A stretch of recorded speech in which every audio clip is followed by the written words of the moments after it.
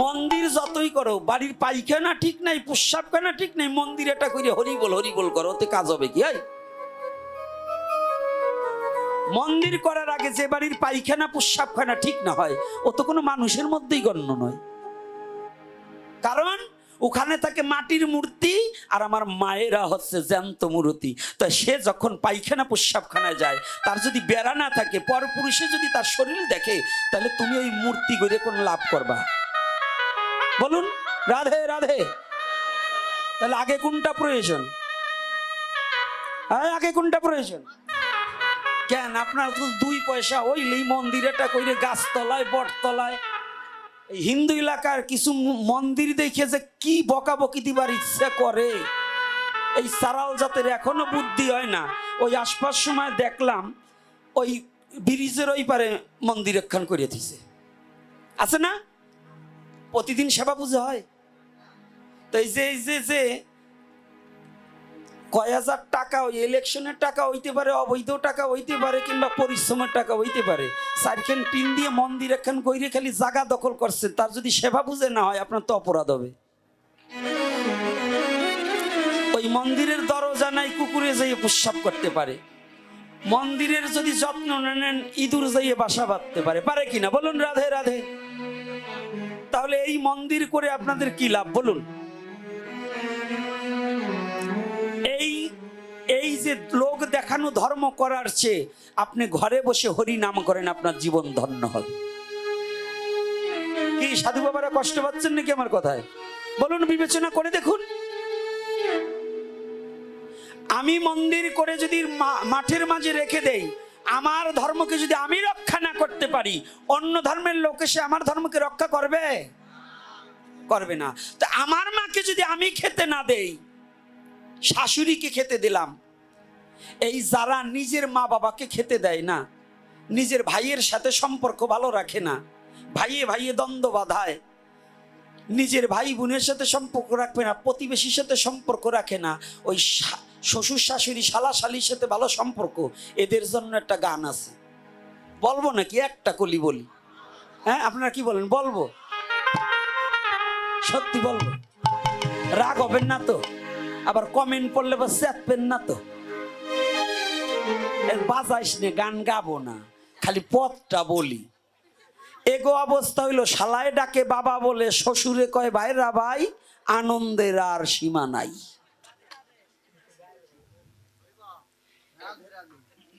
এই একটা দিয়ে কয়টা বুঝেই একটু বুঝুন।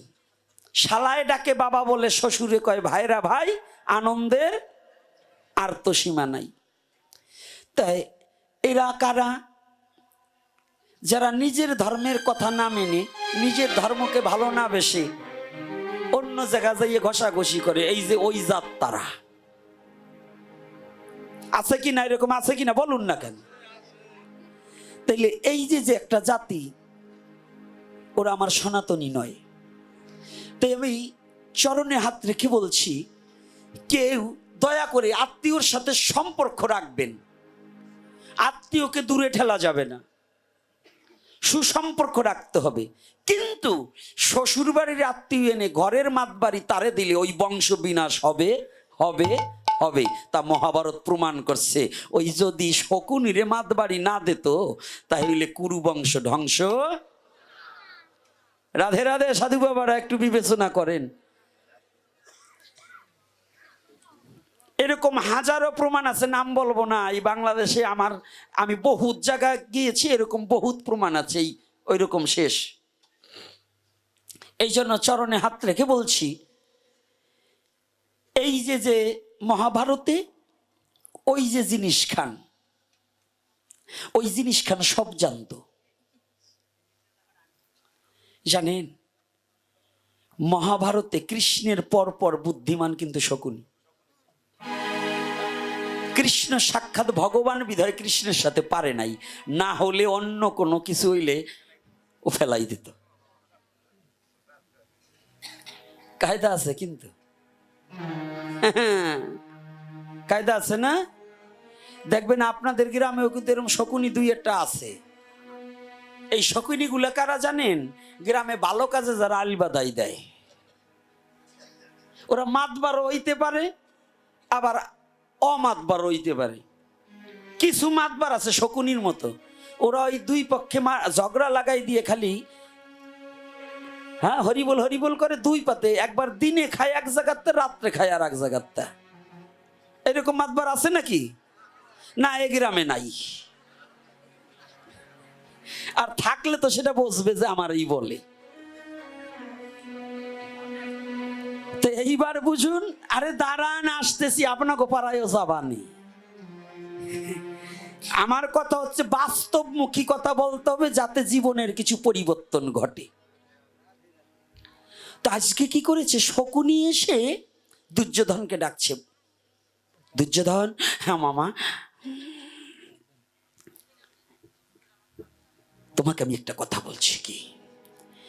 আরে কৃষ্ণ পঞ্চপাণ্ডবের পক্ষ নিয়েছে। আরে যাতে গোয়ালার ছেলে, তুমি রাজা,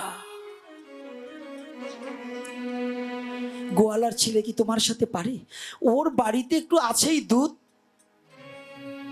নন্দরাজা বড়াই করেছে একটু দুধ ঘিয়ের মাখনের, কিন্তু আমাদের মতো এই রাজবাড়ির খাবার তো এত খাওয়াতে পারে।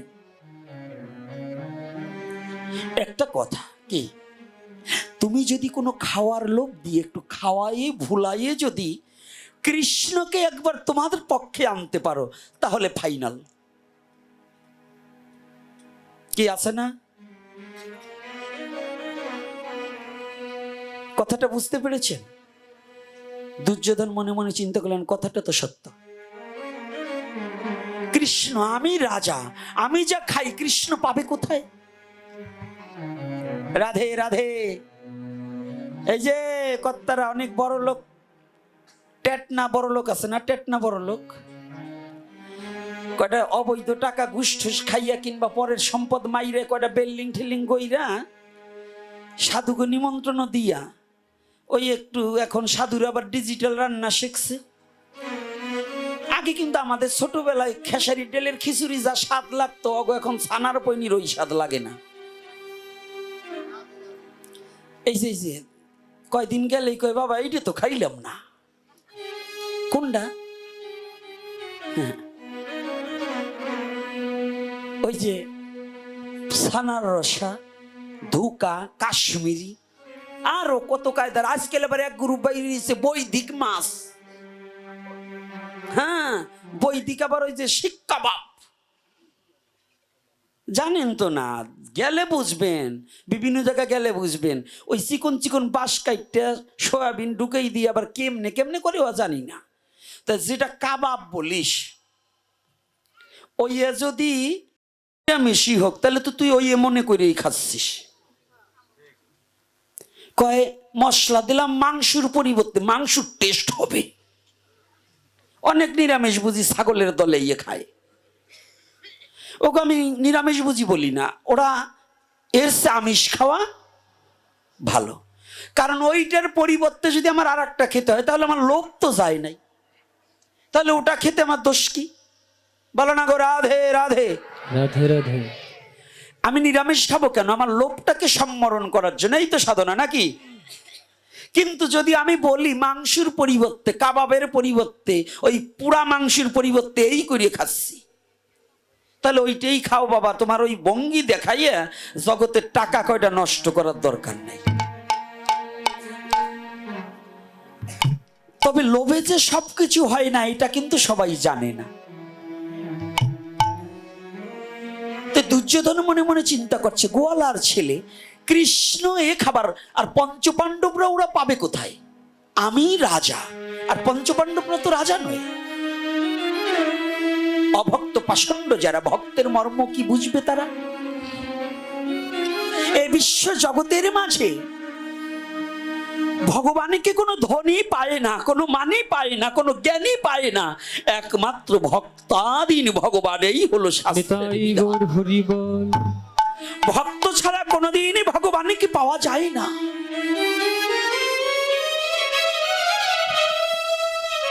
দুর্যোধন মনে মনে চিন্তা করলেন, মামা যে বুদ্ধিটা শিখিয়ে দিয়েছে, কৃষ্ণকে একটু নিমন্ত্রণ করে এমন খাবার দেব যেন কোনোদিন খায় না। আমাদের মাঝে ওই যে ধনাঢ্য পরিবার লোকেরা কয়েকজন বৈষ্ণব ডেকে নিয়ে একটু ছানার রাসা ঠেসে 4 প্রকার 5 প্রকারের ডাল, একটু চাটনি চাটনি খাইয়ে কয় আমার বাড়িতে যা বৈষ্ণব সেবা হয়েছে, এত এত পথ করেছি, এ কোথায় পাবে, আমি যা দিছি এইটা কি আর কোনো সম্ভব করে দেওয়া? এই কথা যদি কোনো বৈষ্ণবকে অন্নদান করার পরে যদি মনে মনে কেউ ভাবে যে আমি যা খাইয়েছি তাহা কেউ খাওয়াতে পারেনি, তাহলে তোমার জন্মে, এ জন্মে নয় জন্ম জন্মান্তরে কোনোদিন আর ভক্ত সেবা বৈষ্ণব সেবা হবে না।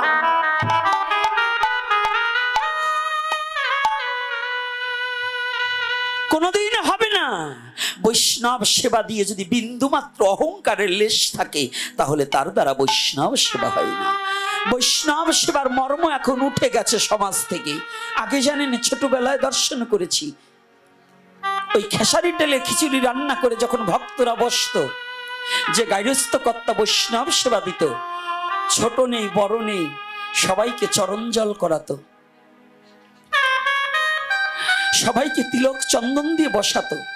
ভক্তরা যখন সেবা করত, ওই নিজে কাঙালের মতো গিয়ে হাত পেতে পেতে ভক্তের উচ্ছিষ্ট প্রসাদ পেয়ে তার জীবন খানা ধন্য করত। করত না বাবা বলুন? আছে এখন? এখন বলে ওই আইঠে খাবে কে, উচ্ছিষ্ট কে খাবে? আর তখন প্রেম ছিল, ভক্তি ছিল। এত সাধু না থাকলেও, এত নিরামিষ ভোজী না থাকলেও তাদের প্রেম শ্রদ্ধা ভক্তিটা খুব প্রগাঢ় ছিল। আর এখন সাধু হয়েছে, অর্থ হয়েছে, কিন্তু প্রেম শ্রদ্ধা ভক্তি নষ্ট হয়ে যাচ্ছে। প্রেম শ্রদ্ধা ভক্তি বিনষ্ট হয়ে যাচ্ছে, থাকছে না। তাই দুর্যোধন, কৃষ্ণ বয়সে কিন্তু কৃষ্ণের চেয়ে দুর্যোধন বড়, ভগবানের চেয়ে বয়সে কেউ বড় নয়, তথাপিও লীলার ক্ষেত্রে দুর্যোধন বড়, বয়সে কিন্তু জ্ঞানে নয়। হ্যাঁ দাদা বলুন। আচ্ছা, আগামী দিন মধ্যাহ্নকালীন আমার গৃহে তুমি কিছু সেবা করবে। দুর্যোধন মনে মনে নিমন্ত্রণ করছেন, মনে মনে ভাবছে তুমি গোয়ালার ছেলে, একবার আমার রাজপ্রাসাদে ঢুকেই দেখো, রাজ অন্ন খেয়েই দেখো, তুমি আর আমার ঘর থেকে বেরোতে চাইবে। কিন্তু অনন্ত কোটি ব্রহ্মাণ্ডের সমস্ত জীবের অন্তরের কথা কেউ না জানুক, আমার ভগবান তো জানেই। জানে না বাবা? ভগবান জানে না মা? আমার ভগবান মনে মনে বলছে, দুর্যোধন, এ জগতে কোনোদিন কেউ ধন দিয়ে আমাকে কিনতে পারেনি, কেউ কোনোদিন ভোগ দিয়ে আমাকে কোনোদিন কিনতে পারেনি। জানো দুর্যোধন,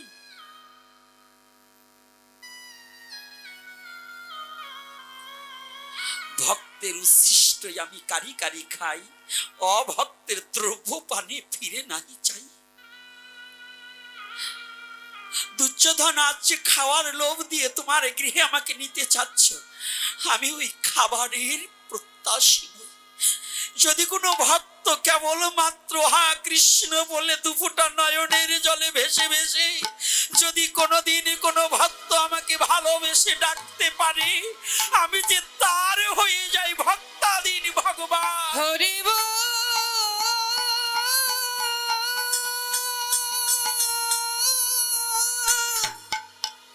হরি হরি বল, হরি বল,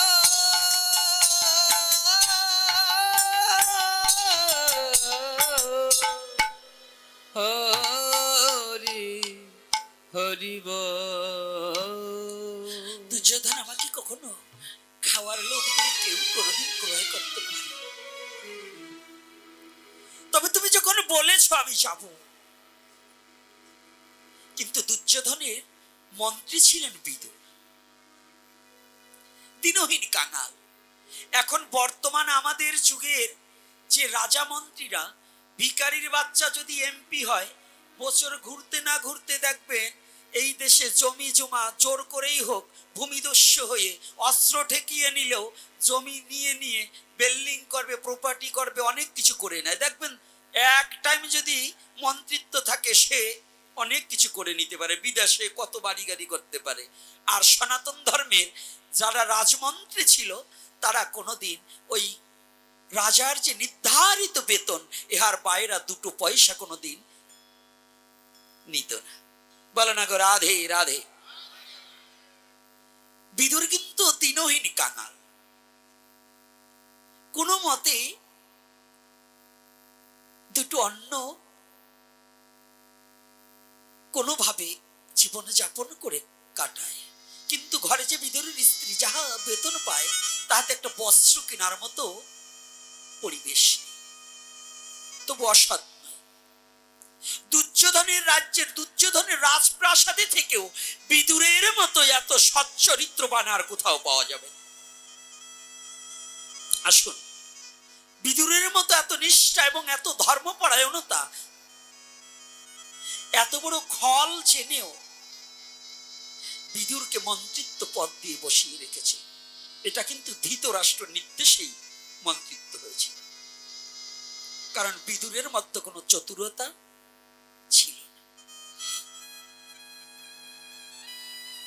বিদুর যখন দুর্যোধনের পাশে রয়েছে, কৃষ্ণ যখন বলেছে দাদা আচ্ছা আগামী দিন মধ্যাহ্নকালে আমি আপনার গৃহে যাব, তো ওই দুর্যোধনের গৃহে যেতে হলে বিদুরের গৃহের পাশ দিয়ে যেতে হবে। কায়দাটা বুঝতে হবে। কৌরবদের মধ্যে কেউ না জানলেও বিদুর জানে কৃষ্ণ কোনো সাধারণ ব্যক্তি নয়, কৃষ্ণ সাক্ষাৎ ভগবান। সবাই তো ভগবানকে চিনে নিতে পারে না। মানুষ সবাই যেমন সবার মনুষ্যত্ব হয় না, মনুষ্যত্ব থাকে না, একই জায়গায় বসবাস করলে জানে একই চাকে মধুও থাকে আবার পোকার বিষটাও থাকে। একমাত্র যারা মৌচাক আস্বাদন করে, যারা ওইটা খুঁজে বেড়ায়, মধু আহরণ করে, তারাই একমাত্র সন্ধান জানে। আমার মতো বোকা যেমন সন্ধান জানে না, তাহলে ভগবানকে চিনার মতো যোগ্যতা একমাত্র ভক্তেরই থাকে। ভক্তবিহীন ভগবানকে কেউ কোনোদিন চিনে নিতে পারে না।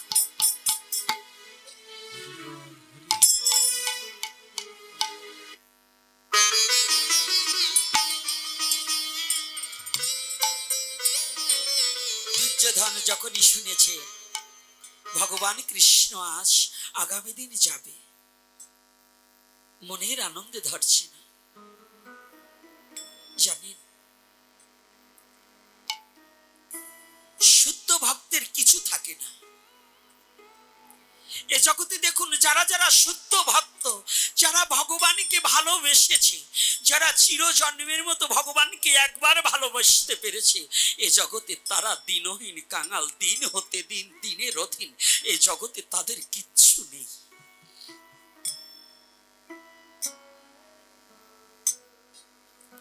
একটিবার দেখুন, এই কলির যুগে সবচেয়ে ভগবান যাকে বুকে জড়িয়ে ধরে নিয়েছিলেন ঠাকুর হরিদাস। বলুন তো হরিদাসের কি ছিল?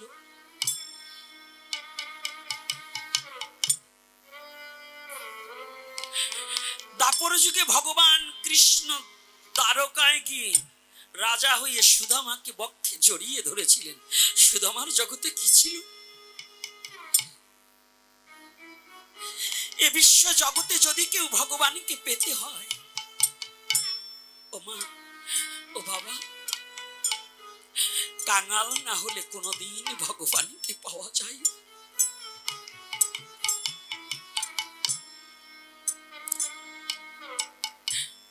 আজ বিদুর আনন্দে আত্মহারা হয়ে গেছে।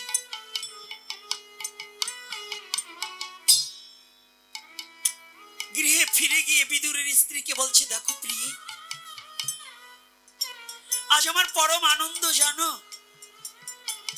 আগামী দিন ভগবান কৃষ্ণ, কেউ না জানো কৃষ্ণ যে ভগবান আমি জানি।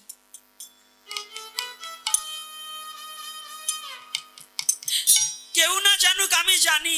কেন জানো? আমি বিদুর সেদিন দেখেছিলাম, যেদিন দ্রৌপদীর বস্ত্র হরণের জন্য দুঃশাসন বস্ত্র টেনেছিল, সেদিন কেউ না দেখলো, আমি দেখেছিলাম একমাত্র দ্রৌপদীকে রক্ষা করেছিলেন আমার কৃষ্ণ দয়াময়।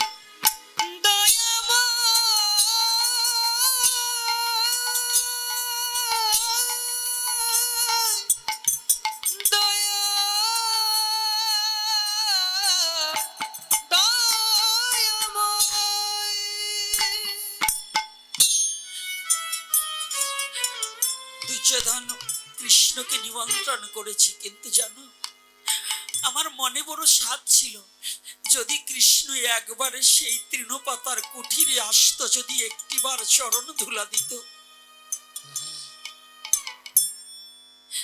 সাধ আছে, আমার সাধ্য নেই। আমি কেমন করি? কৃষ্ণকে নিমন্ত্রণ করেছে আমাদের রাজা, কিন্তু রাজখাদ্য পরিত্যাগ করে কি আমার গৃহে কৃষ্ণ কোনোদিন আসবে?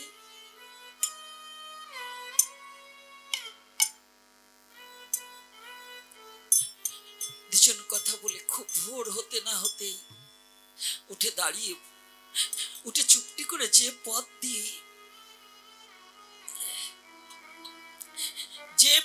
দিয়ে কৃষ্ণ যাবে, দূরে দাঁড়িয়ে আছি স্বামী স্ত্রী দুজনে। বিদুরের স্ত্রী এমনই অবস্থা, জীর্ণ একখানা বস্ত্রে, যে বস্ত্রখানা পরে কোথাও যাওয়ার কায়দা নেই, দূরে দাঁড়িয়ে আছি। বিদুরকে বলছে, স্বামী জানো আজ আমি বড় ভাগ্যবান। কেন? আজ আমি তোমার জন্য ভগবান কৃষ্ণকে দর্শন করতে পারবো।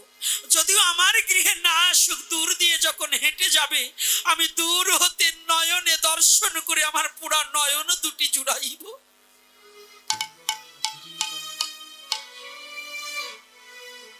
আমার এই পুরা নয়ন দুটি একটু জুড়াবো ভগবানকে দর্শন করে।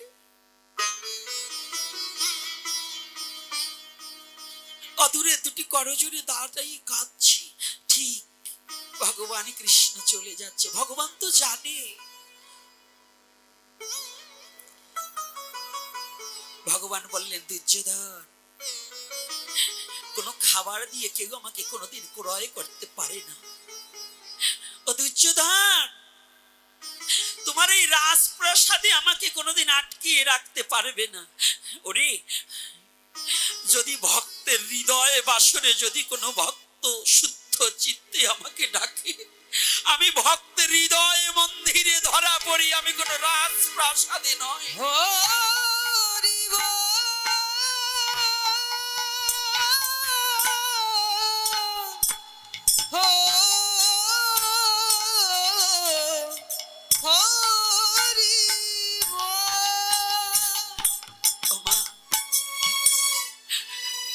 ভগবানকে কোনোদিন মন্দির দিয়ে, মন্দিরে বিগ্রহ বসিয়ে ভগবানকে কোনোদিন পাওয়া যায় না। আমরা মন্দিরের দরজাটা খুলে দিয়ে ভগবানকে কত ডাকি, কিন্তু কোনোদিন হৃদয় দুয়ারে খুলে দিয়ে ভগবানকে ডাকি না।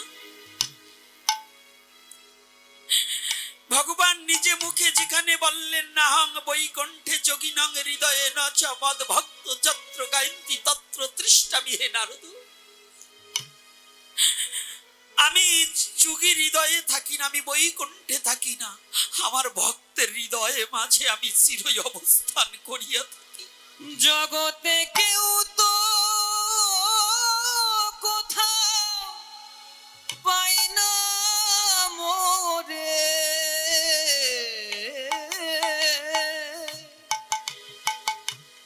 বিদ্যা বুদ্ধি কৌশলে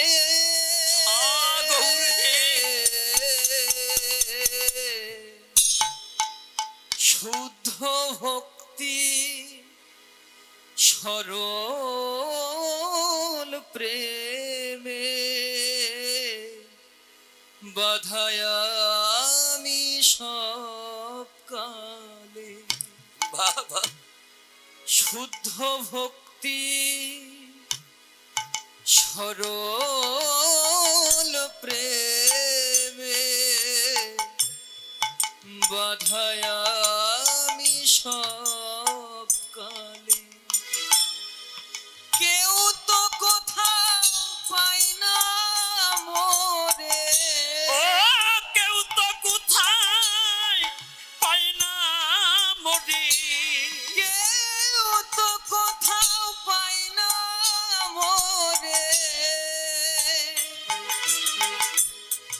বিদ্যা বুদ্ধি কৌশলে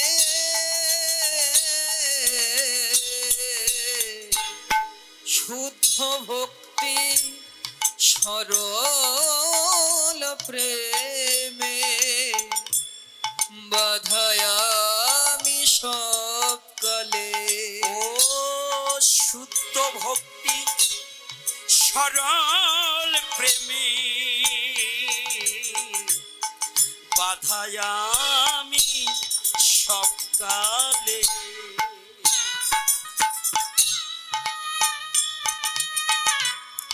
শুধু শুদ্ধ প্রেম দিয়ে ভগবানকে যত তাড়াতাড়ি পাওয়া যায়, অহংকার অহমিকা থাকলে ভগবানকে পাওয়া বড় দায়। পাওয়া বড় দায়। দুর্যোধন তুমি আমায়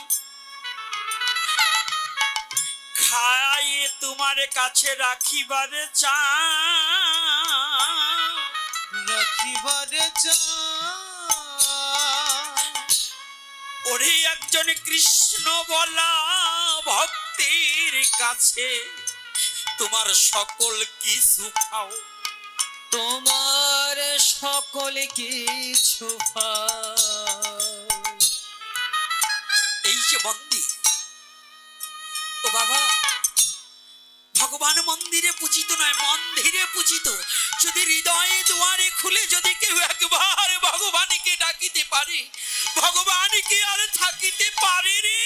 দেখা দাও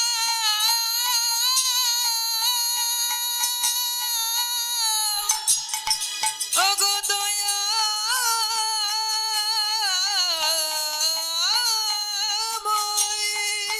প্রভু গো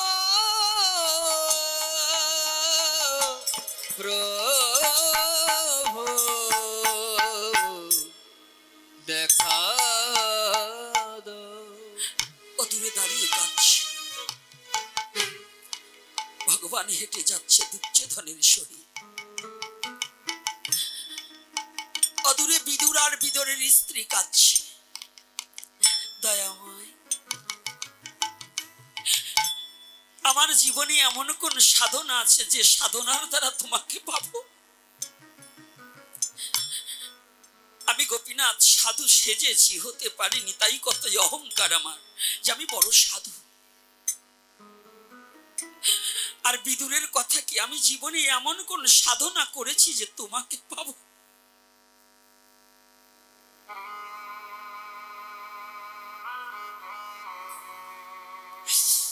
এ জগতে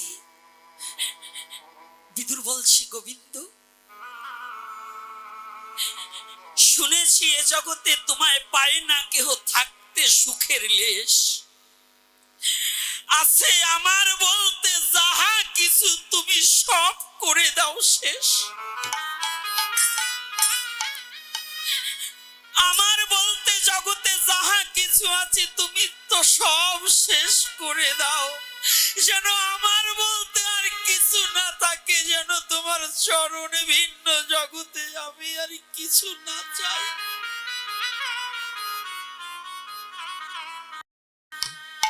আর জীবনে যেন কিছু না চাই।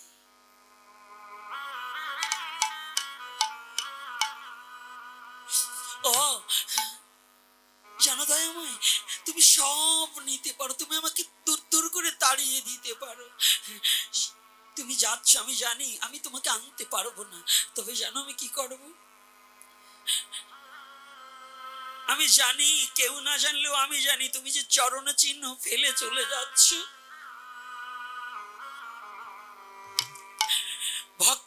যায় মরণে আর ভগবান চেনা যায় চরণে।